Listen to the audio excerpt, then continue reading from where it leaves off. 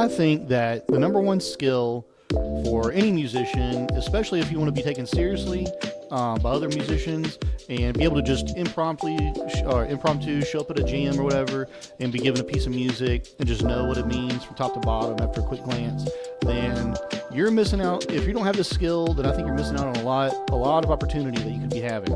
And that number one skill is just being able to simply read music.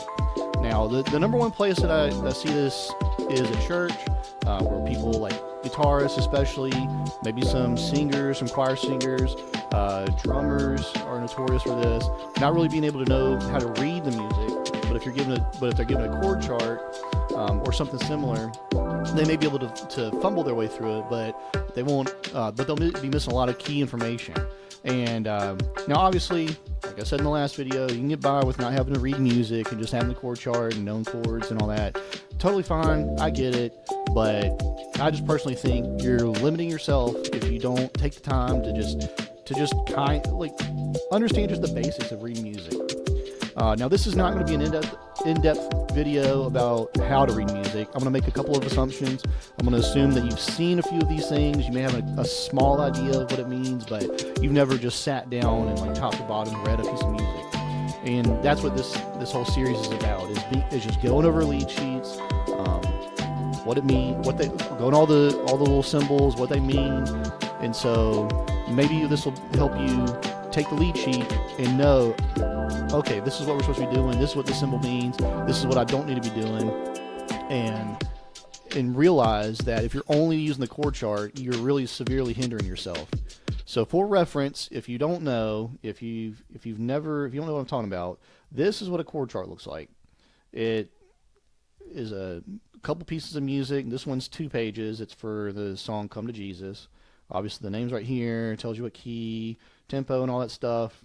It tells you the chords in it. If you can't count quick, this is an 8-measure intro, and then going into verse 1. And it tells you there's a B flat, a G minor 7 over this word. And then here's some things, some directions, like we're going to verse 2 now, so on and so forth. But, like I said in the last video, I will give it credit. The chord chart is very easy if you know the song, it's very easy to look at the chord chart and remember, that's right, that's the next chord coming up. Because you already know the rhythmic information. You already know the dynamic levels at each specific verse and whatnot. Especially if it's a piece of music you've never heard before, or you don't know, or you're not really familiar with it, being able to read that lead sheet or your part, whatever it is, will only help you. It's so much more helpful to be able to read the specific notes, understand the rhythmic pattern and dynamic levels instantly, versus having to listen to a song, especially if you only are given the chord chart and you have to rely on someone else telling you how to play it, or listening to the song, and depending on the song even being recorded, which now in today's day and age, everything's going to be recorded, especially if it's by like Hillsong or Elevation Worship or something like that. But just being able to read the music will I only see it as a huge positive. There's really no negative to being able to read music. I feel like this is a skill everybody should have, and you're going to be a more desirable musician if you can read music. So today I want to go over, this is another lead sheet I have. Now this one, the only downside to lead sheets is, they're longer than the chord chart. I get it. But this has twice as, there's twice the sheets, but it's got twice the information on it. And I think that's an important thing to consider. So on this key A flat, it tells you the time signature, it's the lead sheet. And sometimes it's important to know who arranged it. And that's what all this information is up here. These are probably going to be the exact same people as that are in the band, or whoever that's got the recording on most recordings. But yeah, on the chord chart, you're not going to see stuff like this: synth fade in, crescendo, mezzo piano, and then add piano right here at this measure. You're not going to see that on the chord chart. It's just going to tell you A flat in the intro. So if you're the synth player or the piano player and you look at the chord chart, you're going to miss all this information. Now you see right here these little symbols. This is not a real music note. I really kind of despise that this is in lead sheets and stuff. This comes from Nashville. It's a people are going to refer to this as diamonds. So if you know what a whole note is and you look at this, this looks kind of like a whole note, which means you just play the whole measure. So I don't understand why the A flat chord was not just built in whole notes for these two measures. And right here, these two chords were not written out, but whatever. Anyways, that's what it is. That's what all this is just, it's like reinventing the wheel here. We already have half notes. I don't know why we're putting it in diamond notation. But anyways, if you're the singer, if you're the one leading the way, you have the pickup notes right here. I cast my mind. You know that it's mezzo piano, so you need to be pretty soft. And it tells you on the and of 3. So here's 1, 2, rest on the downbeat of 3. And then on the upbeat is when you say I cast my mind.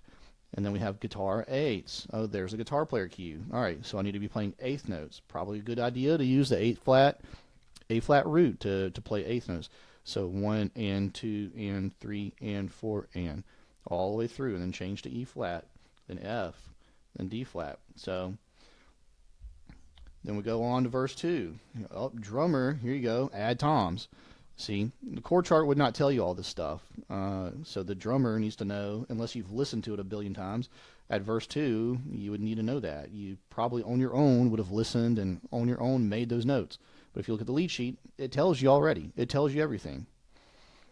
So we're going to keep going. The singer's going to keep singing. And then here we have a dynamic change. We're going to get a little bit louder. Oh, praise the name. And then here we go. Band in, chorus 1. Only in the lead sheet. Chord charts are going to tell you that. Unless you've listened and put it on your own chord chart, you're not going to know the band in right here, chorus 1. So, we're going to play. And then we're going to get to some more diamond stuff right here. So this is an interesting thing. So we have 2 half notes, which are going to take up the whole measure. So whoever's playing these cues, the A flat minor, A flat, major 7 over C, and the D flat, it's probably going to be the piano player or the synth player. They're going to play that. They're going to play these cues, and they're going to ignore the singer, or the singer needs to listen to that because it'll be 1, 2, and the D flat's going to come on 3. So you're going to hear the piano player hit D flat, and then on the upbeat of 3, the singer will then start into verse 3, then on the 3rd. And then we got a crescendo right here, so the singer needs to remember that, or the band needs to remember that. We're getting a little bit louder into a forte. Oh, so we went from mezzo forte to forte now. And then we're going to keep playing. And then here's another crescendo going into chorus 2. So we're keep bringing it. Whoever's singing this, keep bringing it. You're getting a little bit louder and a little bit louder. Well, the whole band really. But whoever's singing is we're all following you, bud. So we're getting here. We're going to rest. He shall return. So that was a good decrescendo opportunity. This whole note. To get us down into mezzo piano, so we see that coming up. So it's a good idea to decrescendo a little bit. If you're the guitar player, maybe turn your volume down a little bit, let it ring out, decay, whatever, and let the singer pick us up right here and go into verse 4. Guitar, you're back on the 8s, piano and synths only. So let's get that ambient vibe going, and we're going to keep going. And we see here, band build in, crescendo into a forte. So it really wants us to go from mezzo piano all the way into forte. So we're going to bring some punch to it. So we have 3 and 4 and 1 and 2 and rest. Really have that emphasized rest there. Play the rest. I cannot tell you how many people do not see that, and they will just keep blasting through. If everybody does that together, it'll sound great. It'll have that great emphasis for the singer to come in with the "Oh, praise the name," the chorus. So pay attention to that. It's telling you a whole bunch of information right here. So we're rocking it out, forte. So here's an interesting thing right here. These little marks and this little guy, this 1 right here and 2 right here. So this little section, it says chorus 3 and 4. So chorus 3 and chorus 4 are going to be all these notes. Great. These are repeat signs. If you ever see this is the beginning of a repeat. So this is the beginning of this section that's going to repeat. Now, the purpose of the 1 and the 2 is we're going to play this the first time through, and then we're going to hit number 1. This is ending 1 of the first repeat. Like the first time you play this part, play this, and then repeat back to the beginning. So these are all the notes that are going to be played at the exact same time. But when you get to the end of this measure, the second time, this is your next note. So you're going to take ending 2. Keep going. That's how we know to take ending 2, keep going. Okay, here we go. We're going to keep going. We've been bringing it.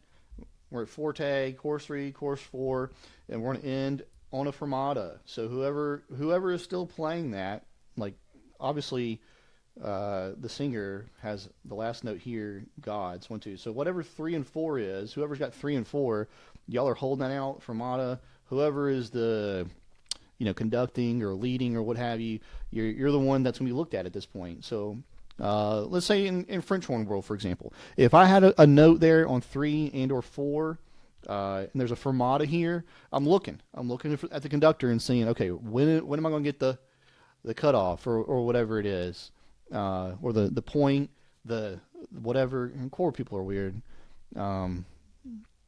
with their cutoffs. But anyway, that's what that is there for. It almost looks like an eyeball, so you need to be looking. Use your eyes to look. Now, a great thing about lead sheets is sometimes you get the luxury of understanding what capo to use. So if you're a guitar player and capo 1, you see capo 1, that means, oh, okay, put my capo on the first fret, and then I can comfortably play all these chords, and it'll all sound right. And so realistically, these, I said 4 at the beginning, so this is only a 2-sheet lead sheet, which is just as many pages as the chord chart, or as most chord charts. So, but it has a ton more information, and that's the whole point of this video. Is the lead sheet. If you understand music and you can read this and you understand what's going on, you'll have so much more information. You'll play the right things at the right time, and you'll sound way more musical than just having to rely on the chord chart and having to rely on recordings to understand what's going on. Because whenever I play guitar for my church and I have only a chord chart, I have to listen and listen and listen to the recordings, and I have to really focus on the guitars and what they're playing and make tons of notes. And even then, even after all that homework, I'm still not convinced that at the end of the day I'm playing the right stuff. For the most part I feel like I'm getting it right, but I feel like if I have the lead sheet, I'll know exactly what to play at exactly the right moment. All the little cue notes that might be in there for me to play, I'll be nailing it. Versus a chord chart, which is going to be just the bare minimum, bare bones basics. And